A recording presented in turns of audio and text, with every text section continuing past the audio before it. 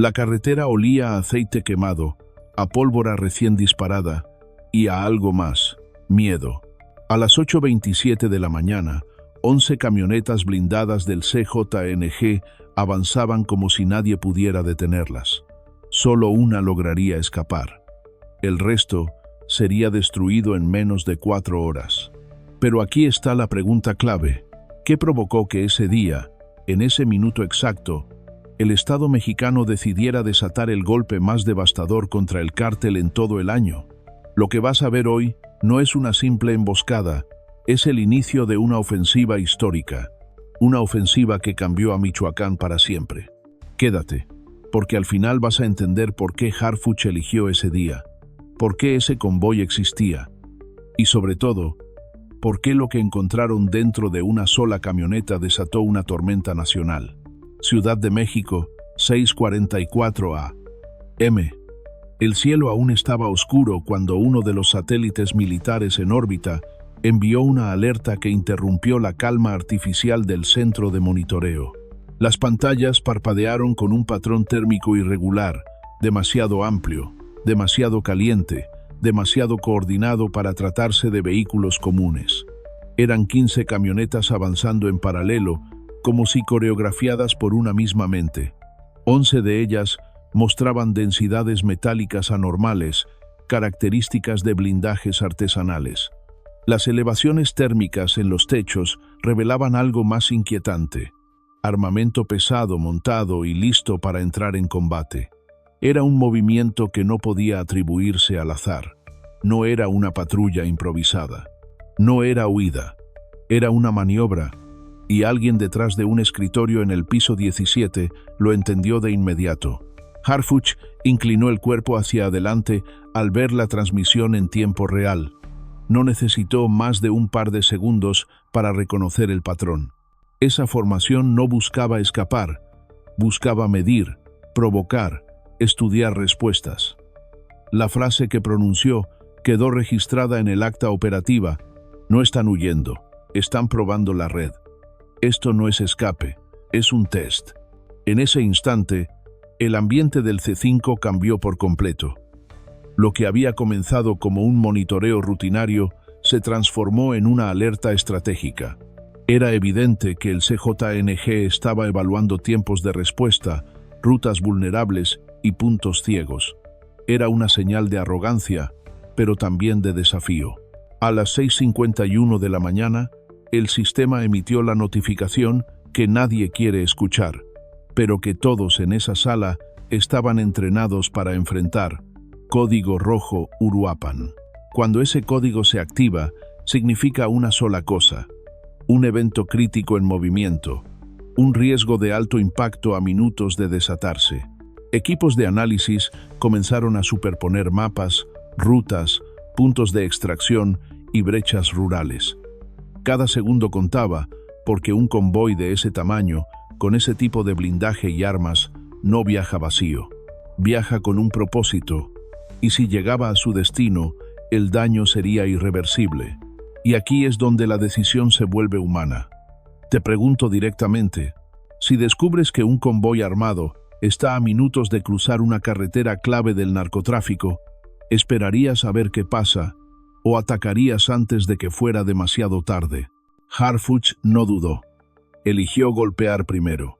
Y con ese golpe no solo detuvo un movimiento táctico, sino que alteró el mapa criminal del país, obligando al CJNG a enfrentar algo que nunca esperó: un Estado que por fin aprendió a anticiparse.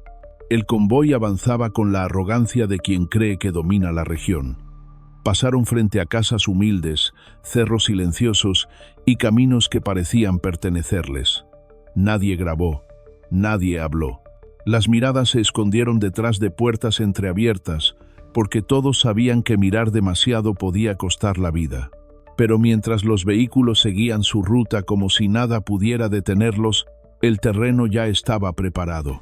Una franja de tierra aparentemente inofensiva escondía la primera pieza de un rompecabezas táctico, una mina térmica colocada calculadamente para no destruir, sino para interrumpir. La Ford Lobo, color grafito, la tercera del convoy, Avanzaba a velocidad constante cuando su llanta delantera pasó justo por encima del dispositivo. La explosión fue seca, contenida, quirúrgica. No levantó fuego, ni creó un cráter. Solo generó la fuerza exacta para reventar el neumático, desestabilizar el vehículo y hacerlo girar sobre sí mismo. El blindaje artesanal, pesado e irregular, hizo el resto. La camioneta terminó volcada, cruzada en el camino, y en cuestión de segundos, el orden del convoy se transformó en caos. Esa interrupción mínima fue suficiente para fracturar la formación y destapar el infierno que venía detrás. 7 segundos después, los rifles tronaron. Primero un eco seco, luego una lluvia de metal. A-47, 203, ráfagas cruzadas, tierra levantándose, casquillos rebotando contra el asfalto. El aire se llenó de polvo y pólvora, gritos perdidos entre detonaciones. Los sicarios disparaban hacia todas direcciones, intentando recuperar el control, pero lo que no sabían era que estaban cayendo en un anillo que ya se había cerrado a su alrededor. Desde lo alto, drones térmicos captaban cada movimiento. Desde la Ciudad de México, las pantallas mostraban figuras blancas moviéndose frenéticamente en un mar de calor y humo. Ahí, entre monitores saturados de información, la voz de Harfuch sonó firme y cortante. Prioridad, la vanguardia. Aíslen al monstruo. El monstruo no era una metáfora. Era una F-550 negra, un coloso de acero con una torreta calibre 50 montada en el techo. Ese vehículo no solo encabezaba la columna, era su columna vertebral, su escudo, su artillería, su fuerza moral. Mientras siguiera en pie, el convoy seguiría luchando, pero el cerco estaba diseñado para un objetivo claro: derribarlo. Y en ese preciso instante, estaba a punto de caer. El sonido del helicóptero nunca llegó.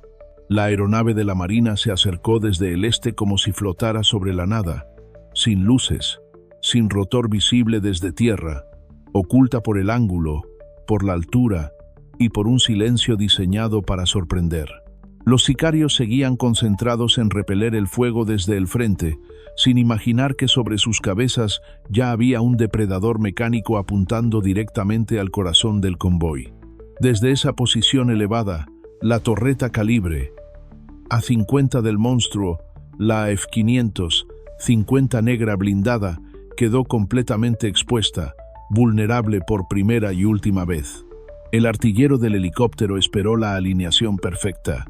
No disparó ráfagas, no desperdició munición, no improvisó. Apretó el gatillo solo una vez. El proyectil atravesó el techo reforzado como si fuera papel y detonó dentro de la cabina, encendiendo un infierno instantáneo. Las llamas salieron disparadas por las ventanas como lenguas de fuego devorando el metal.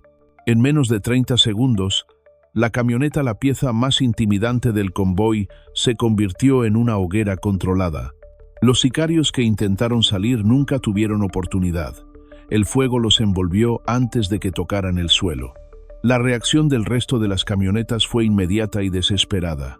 Algunas intentaron retroceder, otras buscaron brechas secundarias, pero todas se estrellaron contra la misma realidad. No había salida. La infantería de marina ya había bloqueado los caminos laterales, los accesos por terracería y los puntos obligados del corredor.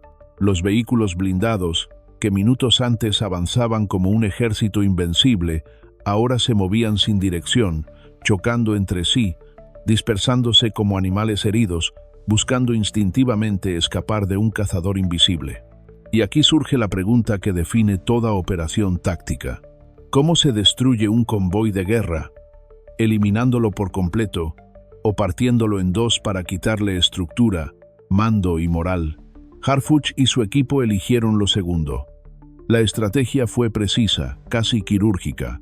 Neutralizar por secciones, fracturar la cohesión, desorientar a los tiradores, reducir a los sobrevivientes sin desatar una masacre indiscriminada. Cada detención contaba, cada captura de un mando era una pieza clave, cada arma recuperada era información, Cada paquete incautado era un golpe directo al corazón financiero del cártel. Y lo más importante, funcionó. El monstruo había caído, y con él, el espíritu del convoy completo. Cuando 5 camionetas tomaron una brecha hacia el sur, todo el operativo cambió de naturaleza. Ese tramo no aparecía en los mapas tácticos, no permitía vigilancia aérea y estaba cubierto por una mezcla espesa de lodo, raíces, maleza y sombras que tragaban cualquier intento de avance ordenado. Ahí no existían helicópteros, ni drones, ni sensores térmicos. Ahí solo quedaban los elementos de marina avanzando a pie, con el barro hasta los tobillos y el corazón acelerado por la incertidumbre de un terreno donde cada árbol podía ocultar un tirador, un herido o una trampa. El silencio del bosque era engañoso. Detrás de él se escondía un enfrentamiento de una brutalidad cruda y directa, sin la distancia tecnológica que había dominado la primera fase. El combate en la brecha fue distinto. Las balas no rebotaban contra acero, sino contra troncos húmedos y piedras irregulares. Los soldados avanzaban por secciones, cubriéndose unos a otros, mientras las camionetas del convoy se hundían en el lodo y quedaban atrapadas en posiciones vulnerables. Fue ahí, entre disparos aislados y gritos ahogados, donde aparecieron los rostros que pocos imaginan cuando se habla de un convoy del CJNG. El primero fue un menor de 17 años, temblando, con las manos levantadas y una foto de su madre guardada en la bolsa interna del chaleco táctico. No tenía mirada de sicario. Tenía la mirada de un niño que jamás debió estar ahí. Minutos después, hallaron a Brenda, una enfermera de 22 años, obligada a operar vehículos y a servir como enlace logístico bajo amenaza directa. Sus manos no estaban hechas para sostener armas, sino para salvar vidas, pero en ese bosque estaba atrapada entre balas que no pidió y decisiones que no tomó. Y en una de las camionetas atascadas, la escena fue tan absurda como desgarradora. La música aún sonaba a todo volumen, corridos violentos, retumbando contra los árboles, y en el asiento trasero había un peluche pequeño, aplastado entre restos de vidrios rotos y un estuche médico improvisado. Era un recordatorio brutal de que no todos los que iban en ese convoy eran asesinos. Muchos eran jóvenes reclutados, engañados o utilizados como piezas desechables en una maquinaria que nunca planeó dejarlos vivos. Pero lo que verdaderamente paralizó el operativo no fueron las balas ni los gritos, sino una camioneta distinta a todas. Una camioneta negra, sin placas, sin señales de calor humano, pero misteriosamente encendida, como si alguien la hubiese puesto ahí a propósito. No reaccionaba, no se movía, no disparaba, solo estaba estacionada, esperando. Los elementos de marina la rodearon con cautela, conscientes de que podría ser una trampa o un comando móvil. Lo que encontraron adentro, sin embargo, no era una bomba ni un tirador oculto. Era algo mucho peor, la evidencia que sacudiría al país entero y revelaría el verdadero propósito de aquel convoy. Dentro encontraron una laptop, 2 maletines sellados, una caja metálica con doble fondo, un cuaderno codificado y un disco duro cifrado. El cuaderno contenía un organigrama completo del CJNG, 22 nombres clave, 5 regiones, 3 niveles de mando, rutas, pagos, fechas, códigos, y una palabra en rojo: reconquista.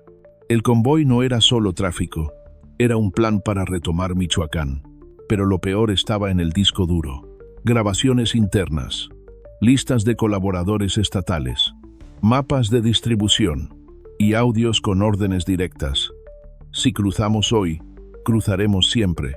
Michoacán es nuestro. Harfuch escuchó ese audio 3 veces y dijo una sola frase: no van a cruzar nunca más. El nivel máximo se activó en segundos. A las 12:10, el operativo terminó.